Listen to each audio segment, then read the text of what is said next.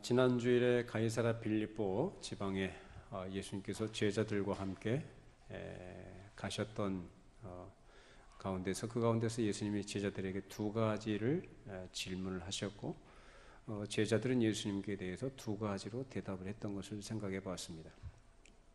옛날 성경에 가이사라 빌립보라고 되어 있어서 제가 습관이 돼서 가이사라 빌립보라고 합니다. 근데 요즘 성경에는 빌립보 가이사랴 지방이라 이렇게 되어 있습니다. 뭐 관계 없습니다. 가이사랴 빌립보 지방에 예수님께서 가셔서 그곳에 제자들을 데리고 가신 중요한 이유 중에 하나가 제자들을 교육하시기 위한 것이었다라고 했습니다. 자, 지금 예수님의 공생에 이제 3년 마무리하는 과정 속에 이제 그동안 많이 따랐던 수많은 사람들이 예수님을 떠나갔고 이제 소수의 사람들만이 이제 예수님 곁에 남게 됩니다. 그 가운데서 특별히 12 제자를 예수님이 특별히 훈련시키고 교육하시려는 것은 이제 예수님께서 사역을 마치시고 승천하시게 되면 그들이 이제 예수님의 뒤를 이어서 사역을 이제 복음을 전하는 일을 해야 하기 때문에 그들이 가지고 있어야 할 기본적인 중요한 인식은 예수님이 과연 누구시냐, 예수님은 과연 어떤 분이신가에 대한 명확한 이해, 그리고 깨달음, 그리고 확실한 믿음의 터 위에 서 있어야 했습니다. 그래서 그런 차원에서 예수님이 제자들을 교육하시고 훈련하시기 위해서 가이사랴 빌립보 지방으로 제자들을 데리고 가신 것이죠. 그래서 거기서 물론 사람들이 예수님을 뭐 모르는 것도 아니고 거기서 물론 사람들이 이제 몰려다니긴 합니다만 그전 같지는 않아요. 그리고 그 가운데서 특별히 상대적으로 좀 조용하고 한적한 곳에서 예수님이 기도도 하시고 제자들을 집중적으로 가르치시는 일을 하시게 되는 거죠. 자, 그 가운데서 특별히 베드로, 야고보, 요한 이 세 사람을 예수님이 변화산에 데리고 올라가시죠. 다음에 살펴보겠습니다만 이 변화산에 올라간 게 변화산이라는 것은 그 헤르몬산을 얘기합니다. 가이사랴 빌립보가 헤르몬산 밑에 있거든요. 그 산에 올라가셨는데 뭐 꼭대기까지 올라가신지 모르겠어요. 그러나 높은 곳에 올라가셔서 거기에서 이 세 사람을 하여금 무엇을 경험하게 하시냐면 하나님 나라의 신령하고 영광됨, 그 찬란함이 무엇인지를 이 세 사람이 직접 목격하게 하십니다. 그 뭘 보게 하시죠? 예수님의 변형된 모습. 어떻게 변화되셨죠, 예수님이? 예수님이 입으신 그 옷이 어떻게 해요? 이 세상에서 어떤 빨래하는 사람도 그렇게 희게 할 수 없을 정도로 희게 아주 광채가 나는 그런 모습으로 옷도 변화되고 예수님의 모습이 그렇게 아주 영광된 모습으로 변화된 것을 제자들이 목격을 하게 됩니다. 자, 그 다음에 또 하나, 이제 모세와 엘리야가 서로 이제 대화를 하게 되는 예수님의 죽으심에 대해서 대화하는 것을 그들로 하여금 듣게 하셔요. 또 하나는 뭐예요? 영광의 구름. 즉 쉐키나라고 하는 영광의 구름이 그 산에 그 예수님과 함께 있던 그 자리에 제자들과 함께 다 완전히 덮어버립니다. 그리고 그 구름 속에서 예수님께 제자들에게 하나님께서 직접 하시는 말씀을 듣게 합니다. 이는 내 사랑하는 아들이다. 너희는 그의 말을 들으라 라고 말씀하시죠. 그래서 이런 경험, 특별한 아주 놀라운 경험을 이 세 제자가 거기서 하게 됩니다. 자, 그로써 이제 제자들이 이 가이사랴 빌립보에서 지난번에 예수님께 고백했던 베드로가 고백했던 그 고백이 있죠. 주는 그리스도시요 살아계신 하나님의 아들이십니다 라는 그 고백을 예수님께서 끌어내시죠. 그 고백을 듣기 전에 예수님께서 질문하셨던 것은 얘들아 사람들이 나를 누구라고 하느냐라고 하는 질문이었습니다만 그것은 사람들이 예수님을 어떻게 생각하느냐가 중요한 게 아니고 뭐가 중요한 겁니까? 제자들이 예수님의 질문에 대해서 어떻게 고백하는가가 더 중요하죠. 너희들은 나를 누구라고 하느냐. 거기에서 그들이 고백했던 것, 제자들을 대표해서 베드로가 고백했던 것이 주는 그리스도시요라고 얘기했습니다. 그리스도, 메시아라는 얘기입니다. 자, 그러면 여기서 예수님께서 듣고자 하셨던 거 확인하고 싶으셨던 것은 제자들의 그 고백에서 담기는 신앙의 내용인데 그리스도라는 이 표현, 이 단어는 지금 예수님의 공생의 초반 무렵이든지 또는 지금 말기 무렵이든지 간에 단어는 똑같아요. 그렇죠? 그리스도라는 단어는 똑같이 쓰죠. 메시아라는 말도 똑같이 쓰죠. 근데 뭐가 달라진 거죠? 그 속의 내용, 그 방향성이 달라지게 된 거죠. 그 이전에 그들이 알고 있었던 메시아, 그리스도라는 것은 어떤 메시아요? 어떤 그리스도입니까? 편협하고 민족주의적이고 히브리적 생각에서 나오는 메시아관입니다. 그게 뭐냐? 현실적인 능력자, 자신들의 현실적인 문제를 해결해주는 해결사 정도의 그런 차원에서 메시아예요. 공리주의적 차원에서의 메시아. 그런데 지금은 그게 아니고 주라고 얘기하면서 그런 주는 그리스도시요 하나님의 아들이십니다 라고 얘기합니다. 이것이 그들의 달라진 예수관이었다 라고 했습니다. 단어는 같지만 내용과 의미가 달라져요. 오늘날 예수를 믿는 신자들도 분명히 똑같이 예수님을 찾고 하나님을 찾고 믿는다고 고백을 합니다마는 천차만별이죠. 똑같은 예수님, 똑같은 하나님 이름을 부르고 찾는데 믿는다고 고백도 하는데 내용 자체가 달라요. 제자들이 그렇게 달라진 것처럼 바르고 정당한 내용으로 채워져야 되고 올바른 예수관을 가지고 바른 믿음의 방향으로 나아가야 합니다. 그게 성경에 가르치고 싶은 거거든요. 우리 모두에게 그런 은혜가 있기를 바랍니다. 어제보다는 오늘이 좀 나아져야 되는 것이고 오늘보다는 내일이 더 나아져야 되는 것이 맞는 거죠. 자, 이후에 예수님께서 이제 제자들이 가지고 있었던 이제 메시아 사상에 아주 중대한 문제 하나를 예수님께서는 제시를 하십니다. 그것은 당신의 고난과 죽음, 그리고 3일 만에 그 죽음에서 부활하시는 내용에 관한 것입니다. 자, 이것은 종래의 메시아관에서는 상상도 할 수 없는 문제예요. 왜냐하면 전통적 유대인들이 갖고 있던 메시아관에 의하면 메시아는 죽으면 안 됩니다. 죽어서는 안 되죠. 설령 죽더라도 그 메시아의 뒤를 이어서, 그러니까 다른 메시아가 대기하고 있다가 계속해서 그 메시아직을 수행해 나가는, 그래서 대를 이어서 그렇게 하듯이 계속해서 그 직을 수행해 나가는 메시아가 계속해서 대기하고 있다가 계속 이어서 사역을 하는 것으로 이해를 하고 있어요. 이것이 바로 후기 히브리 사상의 핵심입니다. 근데 그동안 예수님께서 제자들에게 당신 자신을 계시하시고 나타내셨던, 가르치셨던 바에 의하면 메시아는 여럿이 아니고 죽지 않는 메시아가 아니고 어떤 메시아입니까? 죽는 메시아고, 그리고 그 메시아는 오로지 한 분이십니다. 그리고 그 메시아는 죽되 어떤 죽음이냐?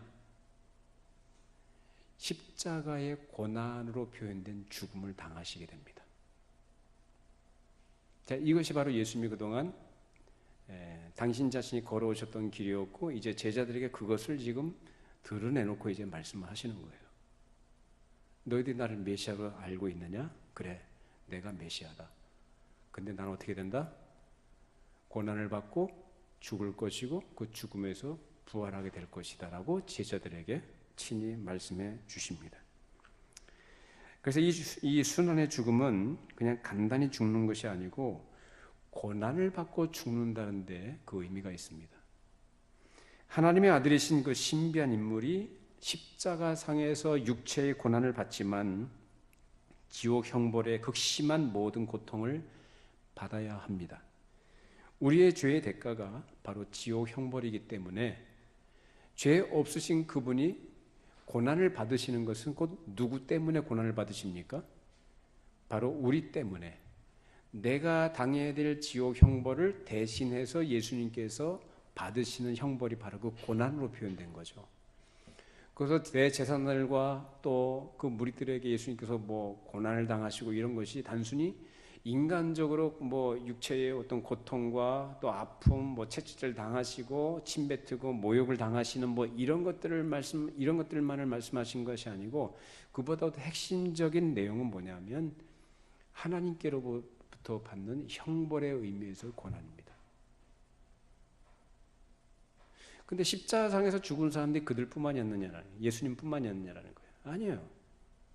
만약에 예수님의 십자가의 고난을 그렇게 우리가 생각하는 것처럼 육체가 어떻게 채찍질을 당하고 모욕을 당하고 멸시를 당하고 매맞고 못 박혀 아프게 죽는 그 고난을 말할 것 같으면 그렇게 죽은 사람들이 허다합니다. 자, 십자가형이라는 것은 어떤 형입니까? 당시 로마 제국의 반기를 든 반란자들, 반역자들을 처형하는 아주 무서운 형틀이었거든요. 그래서 반란자들이 이제 체포되게 되면 그 사람들을 이제 사람들이 많이 다니는 길가에다가 십자가를 쭉 박아놔요. 그리고 그 위에다가 하나씩 매달아 죽입니다. 아주 무서운 형벌이죠. 그래서 본보기 삼는 거예요. 너희들 반역하면 이렇게 무서운 형벌로 죽는다. 그러니까 사람들 꼼짝 못하게 하는 거죠. 그 형벌을 누가 받으신 거예요? 예수님에게 내린 겁니다. 예수님이 받으셔요. 자, 그러면은 그건 단순히 십자가의 형벌과 십자가상의 고난이라고 이렇게 얘기할 것 같으면, 그러면 그렇게 십자가에서 죽은 사람이 허다하고 또 누구도 죽어요? 나중에 예수님의 제자였던 베드로도 십자가에서 죽어요. 어떻게 죽어요? 거꾸로 죽어요. 안드레는 옆으로 매달려 죽어요. 안드레는. 그러니까 베드로도 죽고 안드레도 죽고. 그래도 예수님은 바로 달려 죽으셨죠. 그러니까 그 자체를 가지고 뭐 고난 받으시고 죽으신다라고 말하는 게 아니고, 성경에 말하는 의미는 거기 있지 않아요. 자, 우리 확인해 보십시다. 누가복음 23장 44절 46절 말씀 주보 안쪽에 있습니다. 때가 제6시쯤 되어 해가 빛을 잃고 온 땅에 어둠이 임하여 제9시까지 계속하며 성소의 휘장이 한가운데가 찢어지더라. 예수께서 큰 소리로 불러 이르시되 아버지 내 영혼을 아버지 손에 부탁하나이다 하고 이 말씀을 하신 후 숨지시니라. 자, 예수님께서 십자가상에 달리시고 이제 돌아가실 때까지의 어떤 그런 내용을 기록한 것인데, 여기에서 제 3시부터 6시까지라는 것은 정오부터 오후 3시까지예요. 대낮이죠. 때는 언제예요? 6월절이에요.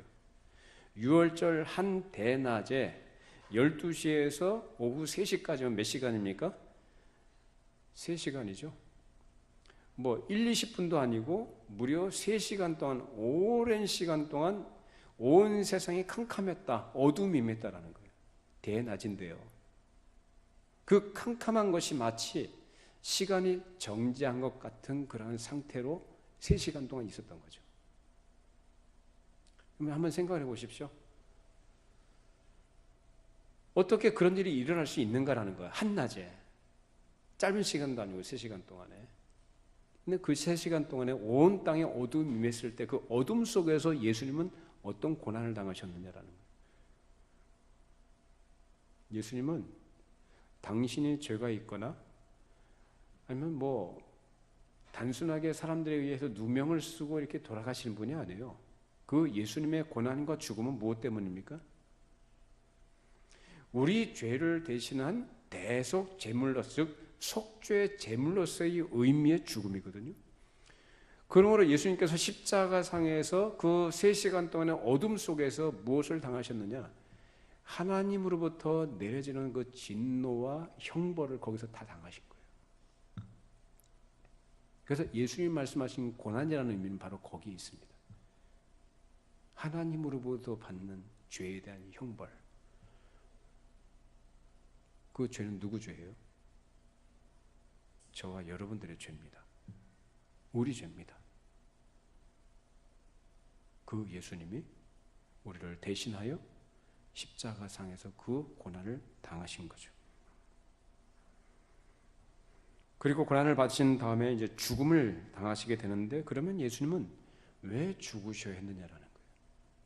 고난 당한 것뿐만 아니라 고난과 함께 죽음을 당하셨는데, 그 죽음은 육신이 연약해서 그렇게 극심한 고통 속에서 죽을 수밖에 없어 죽는 게 아니고 무엇을 위한 죽음이었는가?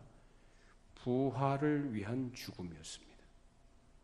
예수님이 돌아가시는 것은 무엇을 위한 돌아가시며?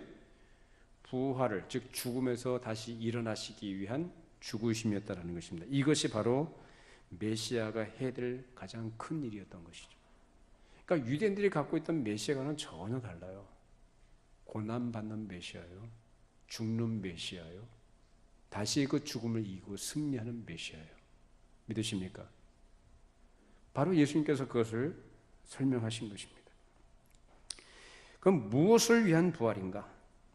이 땅에 거룩한 하나님 나라가 임해서 그 나라의 백성들이 그 안에 살기 위해서는 먼저 그 백성들이 그 나라의 바른 성격을 가지고 존재해야 합니다. 그것을 위해서는 예수님의 속죄가 절대적으로 필요했던 것이고, 그 속죄를 위해서는 그 죄의 대가, 즉 속량의 대가를 하나님 앞에 치러야 하는 것입니다. 이것이 하나님이 정해놓으신 법칙입니다. 공의의 하나님이에요. 사람들이 치러야 될 형벌을 대신해서 예수님께서는 그 형벌을 대신 다 당하시고 율법을 성취하십니다. 그래서 하나님이 정해놓으신 법, 율법을 완전히 지키는 사람이 생명을 얻는다라는 말씀처럼, 그 약속처럼 모든 사람이 어떤 누구도 할 수 없었던 그것을 예수님께서는 이루십니다. 믿으십니까? 그래서 예수님께서 율법을 성취하셨다, 율법을 완전히 성취하셨다는 의미예요. 완전히 지키셨다 그 말이죠. 그래서 이제 그를 믿는 모든 자들에게 그 예수 그리스도께서 얻으신 득의하신 그 의를 입혀주시는 거죠. 믿는 자들. 누가 믿어요? 누가 믿어요?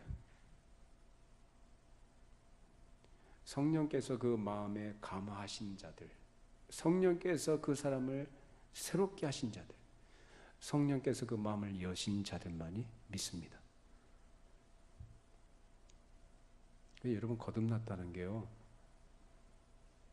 사람이 새로운 사람이 됐다는 게 정말로 신기한 일이에요.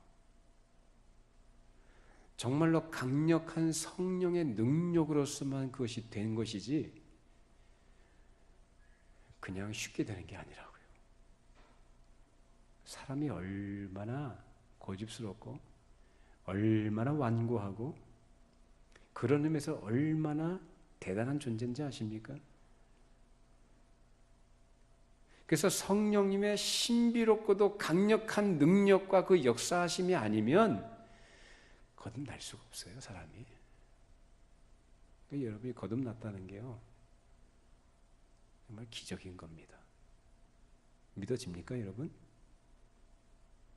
예수님이 여러분을 대신해서 죽으셨다는 사실이 믿어집니까? 부활하신 것이 믿어집니까?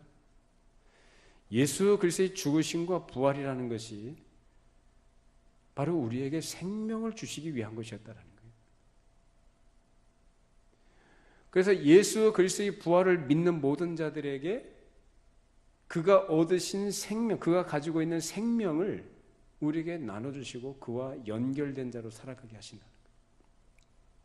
이것이 바로 예수를 믿는 그리스도인들이요, 그리스도인들이 누리고 있는 영적 생명의 현실인 것입니다.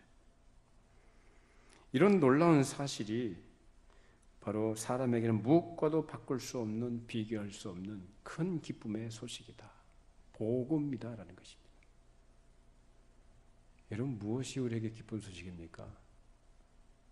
어떤 것이 우리의 마음을 기쁘게 할 수 있을까요? 우리가 세상에서 얻을 수 있는 것이 참 많이 있고 갖고 싶은 것 많고 이루고 싶은 것이 참 많습니다만 어떤 것이 우리를 그토록 기쁘게 할 수 있을까요? 우리에게 어떻게 그렇게 만족할 수 있는 기쁨을 가져다 줄 수 있을까요? 복음밖에 없습니다. 다른 그 어떤 것도 이 복음보다 기쁜 소식은 없습니다. 이 복음이 여러분에게 기쁜 소식입니까? 아멘들 좀 해보십시오. 정말 기쁜 소식입니까? 기쁘십니까? 정말 그것 때문에 감사가 나오십니까? 정말 감사하네요.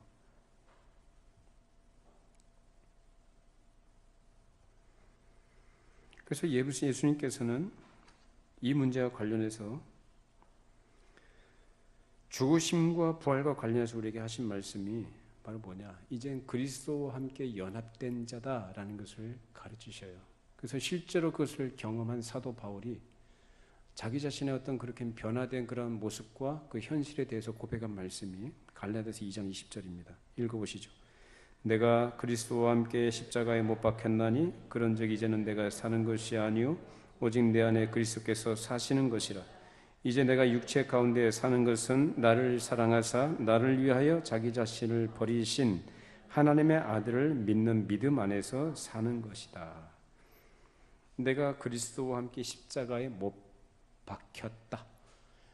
못 박히신 것은 누가 못 박히셨어요? 예수님께서 박히셨는데, 그것은 뭐냐면은 믿음 안에서 그 현실을 깨달은 사람들이에요. 그러니까 예수를 믿는 성도라고 한다면 내가 그리스도와 함께 십자가에 못 박혔고, 그러니까 내 죄가 언제예요? 예수님께서 십자가에서 못 박히실 때 내 죄도 어떻게 해요? 다 거기다 못 박혀버렸다. 죽었다 그 말입니다. 믿으십니까? 죽고 예수님께서 그 죽음에서 어떻게 해요? 그냥 계신 게 아니라 다시 살아나셨죠. 그 살아나심이 없다면 우리는 소망이 없는 거예요. 근데 예수님께서 죽음을 이기시고 부활하심으로써 우리에게 생명의 주가 되셨다라는 겁니다. 그래서 예수 그리스도께서, 즉 이제 내가 사는 것이 아니라 내 안에 누가 사신다? 예수 그리스도께서 사시는 것이다. 저 그리스도와의 연합의 관계, 그것이 바로 우리 성도들의 모습인 것입니다. 그렇게 생명이 연결된 사람들이 자연스럽게 그리스도 안에서 하나가 되어서 움직일 때에 거기에 새로운 나라로 표현된 메시아 왕국, 흔히 말하는 하나님 나라의 실상이 드러나게 된다는 겁니다. 그 하나님 나라의 실상을 드러내는 사람들의 생활은 이 땅 위에 있는 동안에 그냥 가만히 있어서 내가 그 은혜를 누리고 위로받고 소망 가운데서 내 마음의 평안을 누리고 그렇게 살아가는 것만이 아니고 무엇으로 나타나야 되느냐? 그 구체적인, 즉 내적인 평안과 기쁨과 만족을 누린과 동시에 그것이 실상이고 그것이 현실이라고 한다면 그 사람의 생활 속에서 뭐가 드러나는 거죠? 하나님 나라의 거룩함, 메시아 왕국의 실상을 드러내는 어떤 열매적인 것들로 나타나게 된다는 겁니다. 그게 반드시 그것이 나타나게 돼 있고 드러나야만 한다는 거예요. 우리 에베소서 5장 8절에서 11절 말씀 읽어보시죠. 너희가 전에는 어둠이더니 이제는 주 안에서 빛이라. 빛의 자녀들처럼 행하라. 빛의 열매는 모든 착함과 의로움과 진실함에 있느니라. 주를 기쁘시게 할 것이 무엇인가 시험하여 보라. 너희는 열매 없는 어둠의 일에 참여하지 말고 도리어 책망하라. 예수 믿는 사람은 이 땅에 사는 동안에 어떤 목표가 없이 이리저리 방황하고 헤매는 사람 아니에요. 분명한 목표가 있는 사람들이에요. 달려갈 길이 분명히 정해져 있고 그 길로 달려가도록 돼 있어요. 전진해 나가도록 돼 있어요. 그런 가운데서 드러나게 되고 나타나게 되고 맺게 되는 것이 뭐냐? 열매라는 겁니다. 빛의 열매라고 합니다. 모든 착함과 의로움과 진실함이라고 얘기합니다. 그게 뭐라고요? 예수 믿는 신자들의 현실 속에서 맺어지는 열매라고요. 여러분들의 이런 열매가 풍성해지기를 바랍니다. 그럼 열매가 없다면 뭡니까? 모든 착함과 진실함과 뭐 그런 것들이 열매라고 얘기하는데 그 빛의 열매로 표현된 것들이 없다면 그 예수 믿는 것인가? 과연 그 사람이 예수 그리스도 안에서 새 생명을 얻은 사람이냐라는 거예요. 그 사람이 과연 새 생명을 가진 사람이라면 살아있는 사람으로서 가만히 있는 게 아니라 움직이게끔 돼 있고, 여러분들이 세상에서 생활하면서 사회생활하면서 어떤 목표를 가지고 여러분이 생활을 해 나가시지 않습니까? 그런 것처럼 전진해 나간다, 발전해 나간다라고 하지 않습니까? 그렇다면 예수 믿는 성도들도 마찬가지로 분명한 목표가 있어서 그 목표를 향해서 전진해 나가는 가운데서 열매로 나타나게 되는 것도 있다 그 말이에요. 근데 그런 게 없다면 뭘까? 그 안에 과연 진실한 생명이 있는 거냐? 그냥 예수 그리스도와 연합된 생명의 관계 속에 있는 사람이냐라는 거예요. 자, 우리 마태복음 21장 19절 43절 읽어보시죠. 길가에서 한 무화과 나무를 보시고 그리로 가사 잎사귀밖에 아무것도 찾지 못하시고 나무에게 이르시되 이제부터 영원토록 내가 열매를 맺지 못하리라 하시니 무화과 나무가 곧 마른지라. 그러므로 내가 너희에게 이르노니 하나님의 나라를 너희는 빼앗기고 그 나라의 열매 맺는 백성이 받으리라. 잎만 무성한 무화과 나무, 보기는 참 좋았습니다. 보기는 좋은데 잎은 무성한데 뭔가 좀 있을 것 같은데 실제로 그 안에 있어야 될 열매가 없는 거예요. 예수께서 책망하시고 저주하시죠. 그 잎사귀가 풍성하게 맺어지기까지 자양분을 먹었을 것이고 수분을 공급받았을 광합성을 하면서 온갖 하나님께서 은혜로 주신 것들로 인해서 그가 존재했는데 정작 맺어질 열매가 없다니, 하나님께서 은혜를 주시고 기회를 주셨을 때 그것을 귀하게 여길 줄 알아야 되고 그것을 소중하게 가꿀 줄 알아야 되고 그것을 감당을 해야 합니다. 근데 사람들은 그렇지 않은 것 같아요. 그러니까 지금 이것은 누구한테 하신 말씀이냐면 당시 하나님의 백성이라 자처하고 특별히 그 은혜를 받은 자들인 이스라엘 백성들이 처해 있는 현실이에요. 정말로 하나님께서 원하시는, 하나님이 기뻐하신 열매를 맺어야 함에도 불구하고 열매를 맺지 못한 상태에 있는 그들에 대해서 앞으로 하나님께서 어떻게 처리하실 것인가에 대해서 상징적으로 하신 말씀입니다. 너희는 뺏길 것이다라는 거예요. 근데 이 사람들이 뭘 안 했느냐라는 거예요. 열심히 했습니다. 율법도 열심히 가르치고 지킨다고 애를 썼고 뭐 이런저런 종교적인 의식과 행사들을 많이 했어요. 나름 자기들 자부심도 있었고. 근데 예수님이 뭐라고 하셔요? 너 열매가 없지 않느냐라는 거예요. 빛의 열매로 표현된 열매가 없어요. 여러분, 우리에게 주시는 말씀으로 받으시기 바랍니다. 열매가 있어야 되는데, 제가 어려서부터 쭉 이제 교회에서 좀 자라보고, 그리고 또 저도 나름 뭐 신앙적인 경험이나 그런 신앙생활의 어떤 면면들이 있습니다만은, 그리고 좀 목회를 하고 있잖아요. 근데 좀 생각하는 게 있어요. 제가 그동안 보고 경험하고 깨닫게 된 것. 좀 그런 부분이 어떤 부분이냐면은, 신앙생활을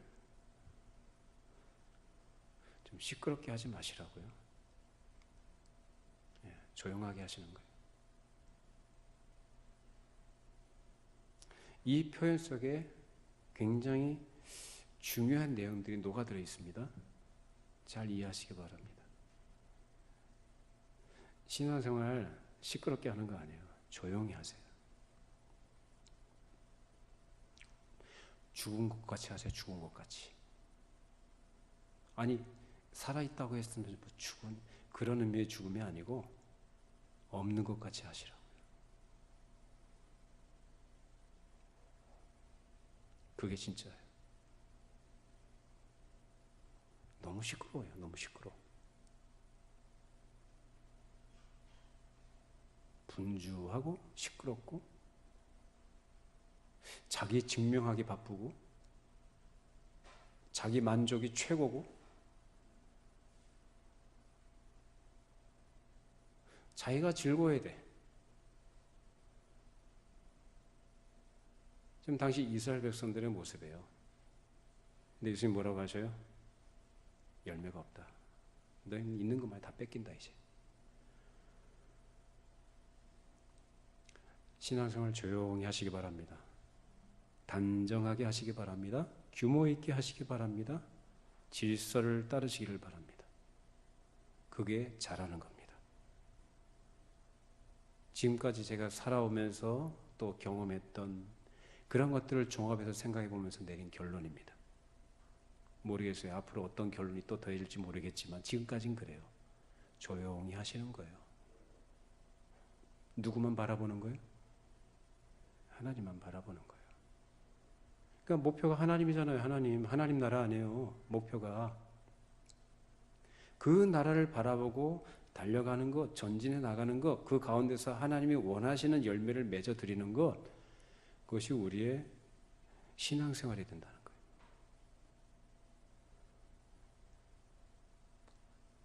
근데 우리가 사는 현실에서 이 세상에는 얼마나 우리를 힘들게 하는 것들이 많이 있습니까? 우리가 물리적인 환경에서 박해를 받거나 핍박을 받는 건 없어요.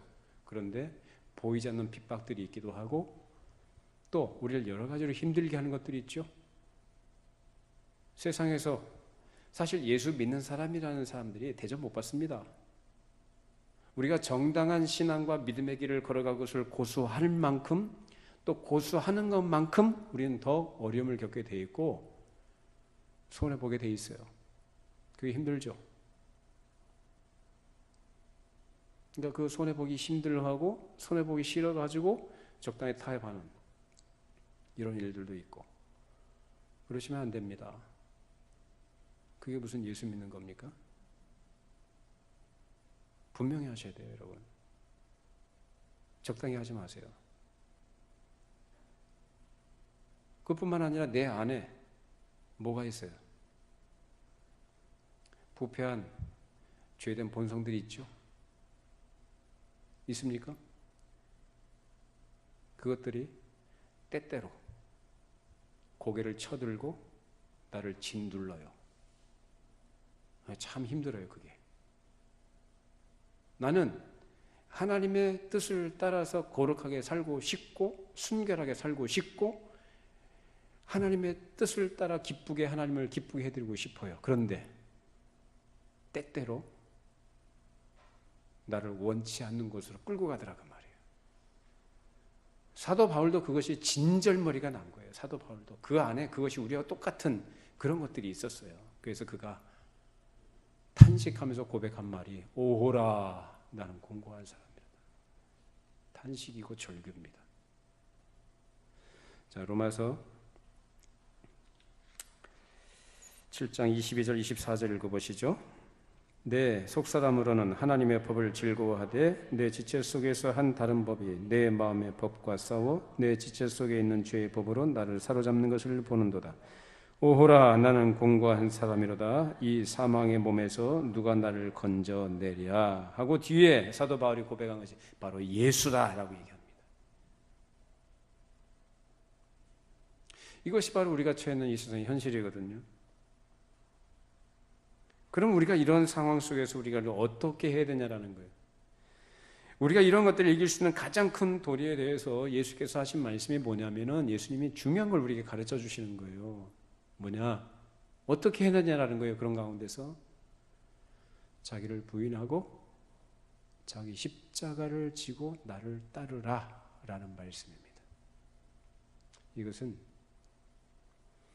새 사람된 하나님의 백성들에게 주시는 충고, 권면이 아니고 선언이자 명령입니다. 그것은 곧 반드시 그렇게 해야만 하는 우리의 위치와 우리의 태도, 우리의 자세를 말씀하신 거예요. 뭐라고요? 자기를 부인하고 자기 십자가를 지고 주님의 뒤를 따르는 것. 그렇게 할 때에만 우리는 뭐예요? 이 사망의 몸에서 라고 표현된 그런 것들로부터 우리가 벗어날 수 있고 이겨나갈 수가 있다는 겁니다. 그 외에 다른 길이 없습니다. 우리는 수없이 해봤죠. 결단도 해보고 결심도 해보고 의지도 발동해보고 해봤지만 되든가요? 안 되죠.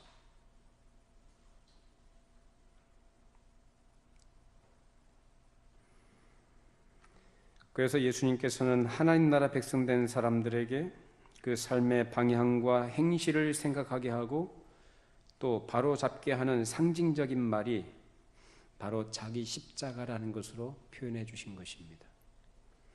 십자가라는 말은 원래 아까 말씀드린 것처럼 무서운 사형틀이었지만 예수님께서는 이 십자가라는 말에 더 깊은 의미를 표상으로 쓰셨습니다. 거기에는 영광과 능력이 곁들여 있지만 또한 반드시 지고 가야 될 큰 책임이 붙어 있다는 것을 나타내신 것입니다. 즉 십자가의 도라는 것은 하나님 앞에서 예수 그리스도의 십자가의 엄청난 은혜의 참여자로서 그 은혜를 받은 사람이 자기 생활 속에서 명백하게 그리스도를 증거하는 생활 태도를 말하는 것입니다.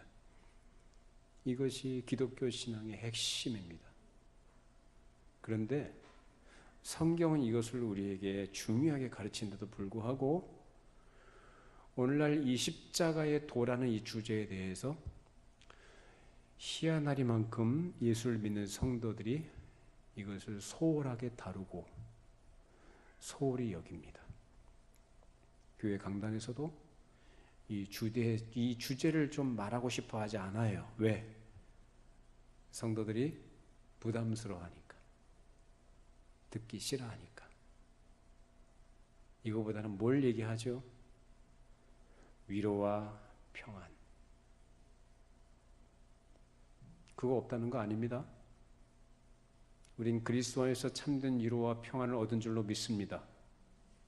그리고 때마다 시마다 우리에게 하나님께서 우리에게 풍성한 은혜로 우리에게 허락해 주신 줄로 믿습니다. 근데 그게 전부냐라는 거예요. 오히려 그 위로와 평안이라는 것은 곧 무엇을 위한 위로와 평안일까?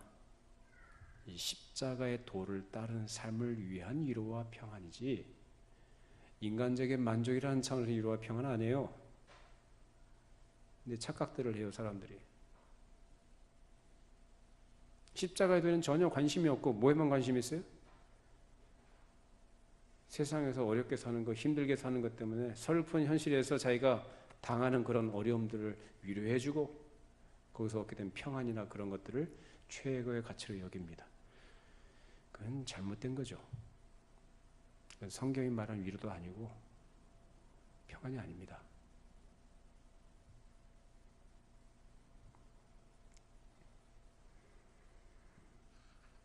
우리는 이런 시대를 살아가면서 만고불변의 진리의 말씀인 예수님의 말씀을 귀에 기울여 듣고 이해하고 그 은혜를 아는 자로서 마땅히 그리고 기꺼이 말씀을 따라가야 합니다.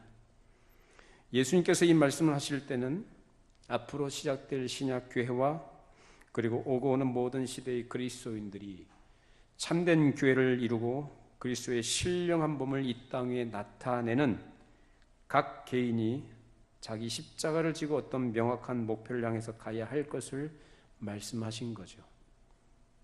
그 명확한 목표가 뭡니까? 여러분은 어떤 목표를 갖고 있습니까? 여러분이 신앙생활을 하면서 주님을 따라가면서 가지고 있는 목표가 무엇입니까? 어떤 목표입니까? 목표가 분명하셔야 됩니다.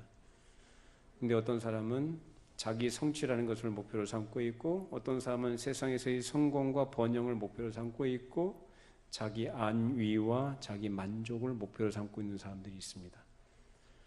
그것은 잘못 설정한 거죠. 우리가 따라야 될 분명한 목표, 지향해야 될 목표는 누구냐? 바로 하나님이고 우리 주님이시고 그가 인도하시는 대로 따라가는 것이어야 합니다. 내가 좋아서 내가 원하는 것, 내가 기대하는 것을 따라가는 게 아니라 주님께서 우리에 대해서 가지고 계시는 원함, 주님의 뜻, 주께서 우리에게 제시하신 목표를 향해서 나아가는 것이 우리가 지향해야 될 분명한 목표가 되어야 합니다. 그런 은혜가 있기를 바랍니다. 왜? 그것이 참 생명이기 때문입니다. 그 외의 것은 생명이 아니에요. 그래서 사람들은 속아요.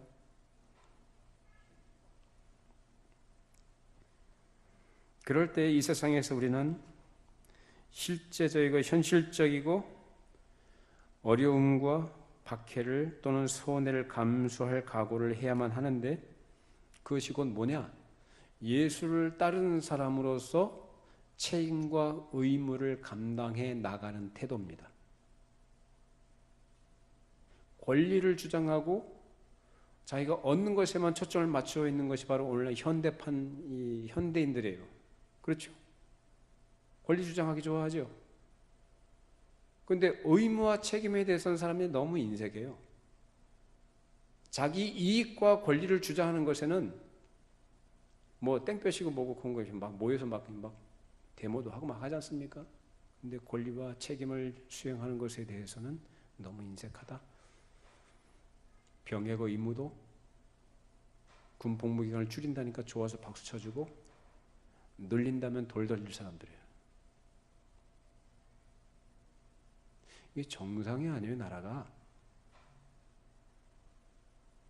우리나라 현실을 봐야죠. 누가 자기 자식 귀하지 않은 사람 누가 있어요? 우리가 뜬구름에서 사는 게 아니라 이 땅에서 살잖아요. 이 나라 누가 지킬 거예요?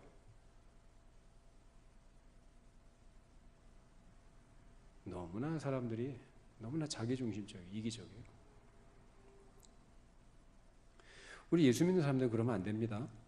오늘 그래서 이게 굉장히 중요한 말씀이에요. 책임과 의무를 감당해 나가는 것이 뭐냐? 바로 주님을 따르는데 수반되는 우리의 현실이고 태도라는 것입니다. 자, 마태복음 10장 37절 38절 읽어보시죠. 아버지나 어머니를 나보다 더 사랑하는 자는 내게 합당하지 아니하고 아들이나 딸을 나보다 더 사랑하는 자도 내게 합당하지 아니하며 또 자기 십자가를 지고 나를 따르지 않는 자도 내게 합당하지 아니하니라. 주님의 인도하심을 따라가겠다고 하는 사람들이 가져야 될 기본적인 마음의 태도가 어떠해야 하는가라는 것을 말씀하신 겁니다. 여러분, 주님의 인도하심을 따르기를 원하십니까? 따라가실 겁니까? 분명하게 하십시오. 따라가실 겁니까? 그럼 이건 제가 말한 게 아니라 누가 말씀하신 거예요? 예수님이 말씀하셨죠. 그 마음의 태도, 자세가 어떠해야 되느냐는 거예요. 부모, 자식, 귀하죠. 사랑하지 않는 사람이 누가 있으며 귀하지 않은 사람이 누가 있겠어요? 근데 예수님 뭐라고 하시죠? 부모와 자식보다도 누구를 더 귀하게 여겨야 된다? 나를 더 귀하게 여겨야 된다는 거예요. 예수님을 더 귀하게 여겨야 된다는 거예요. 그렇지 않으면 나를 따르겠다고 한 사람으로서 합당치 않다라는 말씀하십니다. 여러분, 보통 세상에서 사랑을 말할 때 어떤 그 사랑 중에 철륜이라는 것이 있습니다. 철륜이 뭡니까? 철륜의 사랑이라는 건 뭐냐면 혈연 관계로 맺어진 관계 속에서 운명 공동체라는 의식을 가진 것을 얘기하는 거예요. 혈연 관계로 맺어진 거. 부모가 자식을 낳으니까 자식 사랑하는 거죠. 자기를 낳아준 부모니까 자식은 또 누구를 사랑해요? 부모를 사랑하는 거예요. 그건 너무나 당연한 것이고 기본적인 것이죠. 근데 예수님 뭐라고 하시냐면은 부모나 자식보다도 나를 더 귀하게 해야 된다고 말씀하십니다.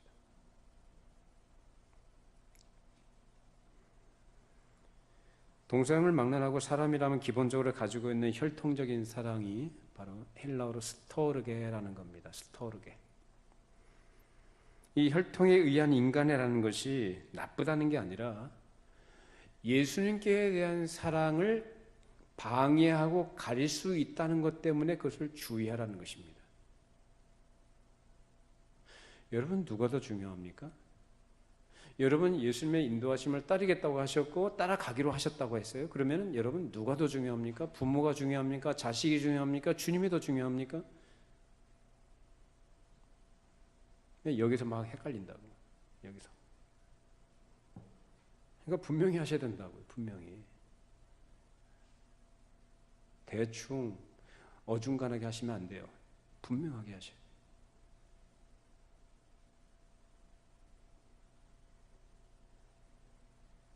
주님께서는 분명히 주님을 더 중시하라고 말씀하셨는데 왜 그렇게 해야 되는가?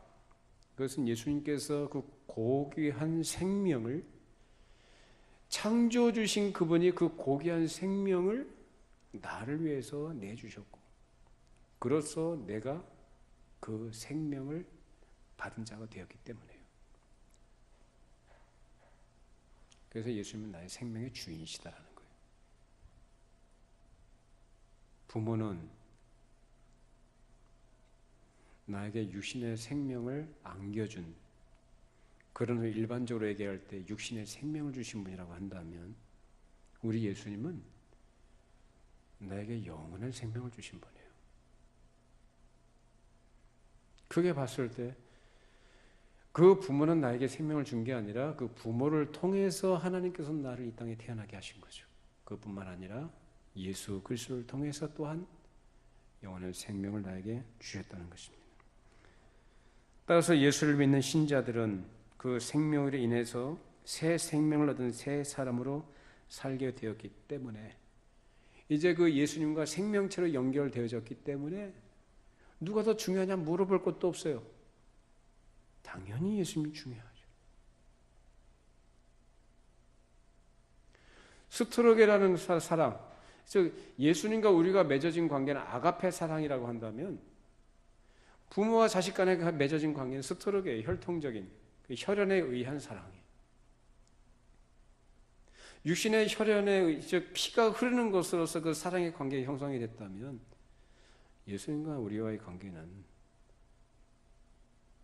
그런 아가페라는 사랑으로서 연결된 보이지 않는 끈으로 연결된 생명의 관계라는 것입니다.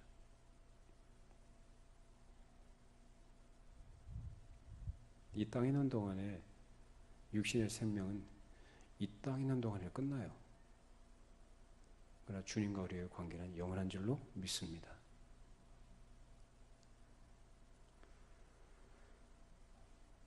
그러면 그렇게 예수님과 아가페라는 사랑으로 연결됐다고 해서 그 사랑이 자연스럽게 흘러넘치느냐? 그렇지 않아요. 예수님과 아가페 사랑으로 연결된 것이 우리 성도들이라고 한다면 그냥 가만히 있어도 그것이 사랑이 계속 유지되고 연결되고 풍성해지느냐라는 거예요. 아니에요. 늘 교통이 있어야 됩니다. 여러분 사랑하는 사람하고 늘 대화하고 자주 만나고 같이 음식도 먹고 교제를 할 때 어떻게 됩니까? 더 사랑이 더 깊어지고 풍성해지죠. 당연한 거예요. 근데 아가페라는 사랑으로 연결되어 있지만 그 주님과 늘 교통하지 않는다. 교통하지 않으면 주님에 대한 사랑이 강렬해질까요? 강렬해지지 않을까요? 식어지죠. 당연히. 식어지면 주님에 대해서 사랑의 수고와 사랑의 헌신을 기꺼이 할 마음이 생길까요? 안 생길까요? 안 생겨요. 계속해서 교제하시기 바랍니다. 계속해서 교통을 나누셔야 돼요. 교통을 나누실 때 주님의 뜻과 베푸시는 은혜와 그 사랑이 더 무엇인지 알아가면서 더 감사하게 되고 그 깊은 교제 속에서 주님께 사랑의 헌신을 또 수고를 기꺼이 주를 따르는 것으로 나타나게 되어 있습니다. 그렇게 하지 않는 한 주님을 사랑하는 대신에 누구를 더 사랑하느냐? 부모를 더 사랑하고 자식을 더 사랑해요. 부모를 더 귀하게 여기고 자식을 더 귀하게 여기는 한은 주님을 따라갈 수가 없다.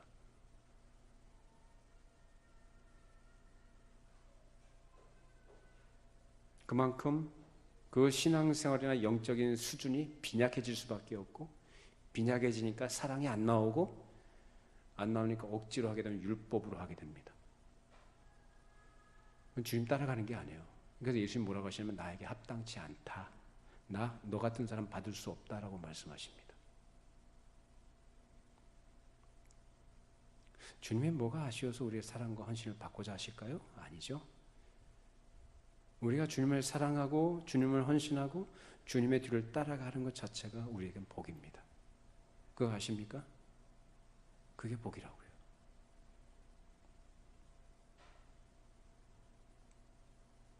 우리가 주님을 따르는 제자라고 한다면 먼저 그리스도를 사랑하는 마음이 있어야 되는 것이고 그 사랑이 동인이 되어서 이런 세상적이고 인간적인 면들을 부인하고 자기 십자가를 지고 주님께서 말씀 방향으로 분명한 목적지를 향해서 나가야 하는 것입니다. 이제 자기 십자가에 대해서는 다음 시간에 좀 더 자세하게 다루도록 하겠습니다. 그럼 부모를 미워해야 되느냐? 자식을 미워해야 되느냐? 아니에요. 이것은 헬라적인 용례예요. 그러니까 히브리적인 용례예요. 히브리 사람들은 그러니까 내가 덜 사랑하는 대상에 대해서 더 사랑하는 위치에서 볼 때에 미워하는 것이다 그런 의미예요. 이해가 되시죠? 그러니까 내가 덜 사랑하는 대상을 내가 더 사랑하는 위치에서 볼 때는 그것이 미워하는 것이란 말이에요. 그 그런 표현이라는 뜻이지 뭐 미워해라, 싫어해라, 거부해라 그런 게 아니란 말이에요.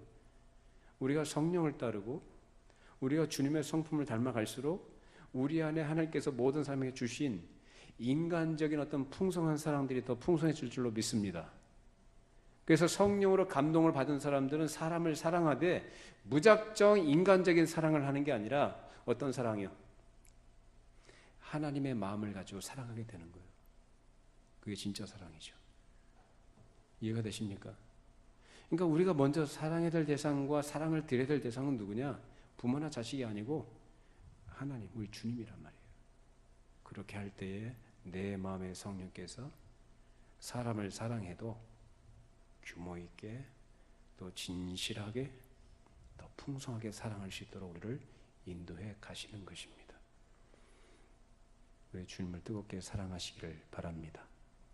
주님께 사랑을 드리시고 사랑하는 마음으로 주의 말씀을 따라가는 저와 여러분이 되기를 바랍니다. 기도하겠습니다. 걸어가신 하나님 아버지, 오늘도 저희들에게 귀한 생명의 말씀을 허락해 주셔서 예수를 믿는 신자로 부름받은 저희들이 어떻게 주님의 제자로서 자처하며 뿐만 아니라 주님의 뒤를 어떻게 따라갈 것인가, 그 가르침을 함께 나누었습니다. 주님, 말씀해 주셨습니다. 너희가 나를 따라오려거든 먼저 자기를 부인하고 자기 십자가를 지고 나를 따라야 한다라고 말씀해 주셨습니다.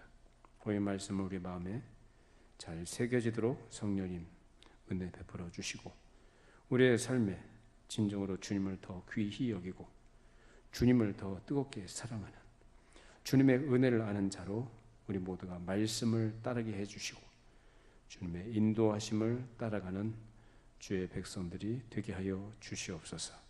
예수님의 이름으로 기도하옵나이다. 아멘.